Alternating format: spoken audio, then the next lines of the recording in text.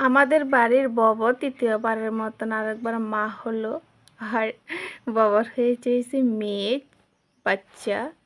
কাল রাত 11টার দিকে মানে ববটা বাচ্চা দেয়। তো বাচ্চা দেওয়ার পরে এদিকে আসে না হে, এত ছোট একটা বাচ্চা দিয়েছিল। মা আমারা কইতে আসছে প্রচুর গরম পড়ছে, এই কারণে বাচ্চাটা একটু তাড়াতাড়ি দিয়ে দিয়েছে। আর এদিকে বসা দিলাম হচ্ছে আমি রান্না, সকালের রান্নাটা। তো এখন বাজে হচ্ছে 9টা, 9:30 বাজে।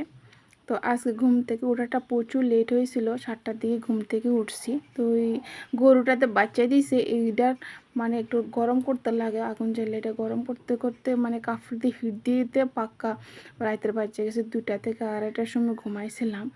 তো এই সকালবেলা ঘুম থেকে উঠার পরে গেলাম আরেকবার গরু ঘরে, দেখতেছে আমাদের বউ আর বউ ছানাটা কেমন আছে। মা যাওয়ার পরে দেখতেছে আমরা কিউট ছানাটা কত সুন্দর করে বসে আছে, আর মুখটা দেখো কত কিউট, এত ভালো লাগতেছে।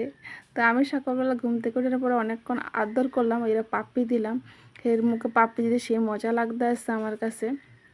আমি কইতে তোমরা থাকো, আমি যে আমার তো রান্না বসাই দিয়েছি রান্নাঘরে। তো আজকে চলে যাবো আমি আমার উদয়পুরে আমার ঘর। বাড়িতে আসার পরে ভাবছিলাম একটু আরাম করে খামো, তো এইটা আর হয়েছে না। কেন হয়েছে না, বৃহস্পতিবারে মা গেছে মানে বোনের বাড়িতে, তো কালকে আইছিল রাত্রে। তো এদিকে আমার নিজেরও রান্না করে খাওয়ান লাগছিল। তো এইদিকে আজকে আমার মা ঘরে নাই, আজকে সকাল 8টা দিয়ে গেছে, একবারেতে একটা ইনভাইট আসছিল। তো আজকে সকাল সকাল যেমন লাগতেছে, তো এখানে কইতেছে রান্না করব তারার সাথে একসাথে।